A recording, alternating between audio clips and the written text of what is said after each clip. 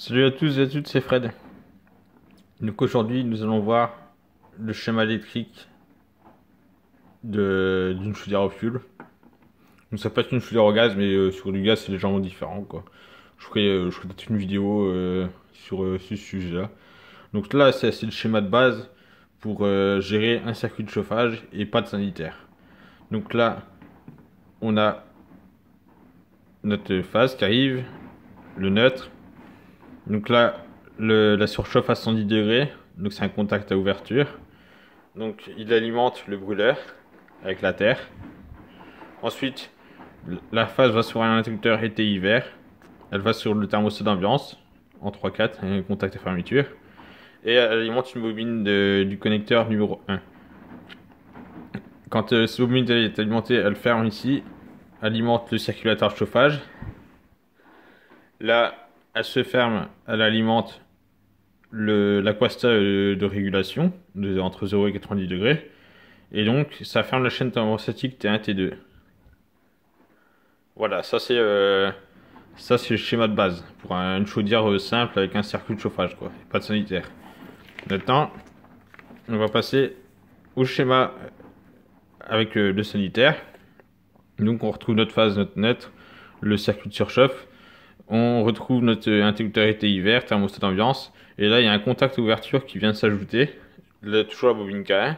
Donc là, ça c'est la partie chauffage.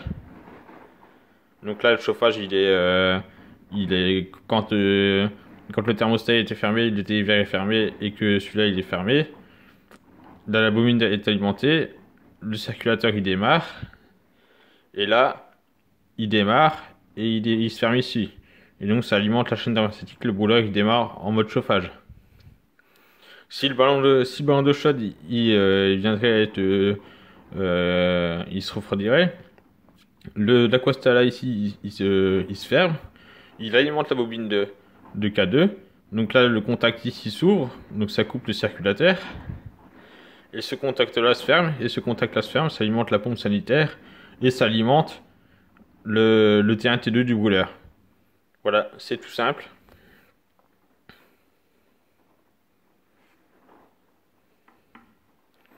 C'est tout simple, il n'y a pas de... Et donc ça, c'est les connexions sur la fichette Paul.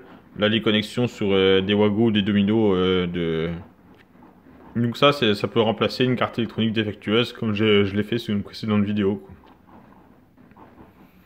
Et pour cela, il faut trois Aquasta. Trois Aquasta.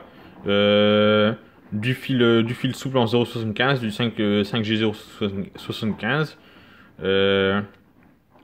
Deux mini relais Fender qui peuvent gérer bobinage en 230 volts et, et 4 contacts par bobine. Et c'est tout, quoi. Et vous savez faire une régulation de chaudière. Voilà. Merci de regarder. À bientôt.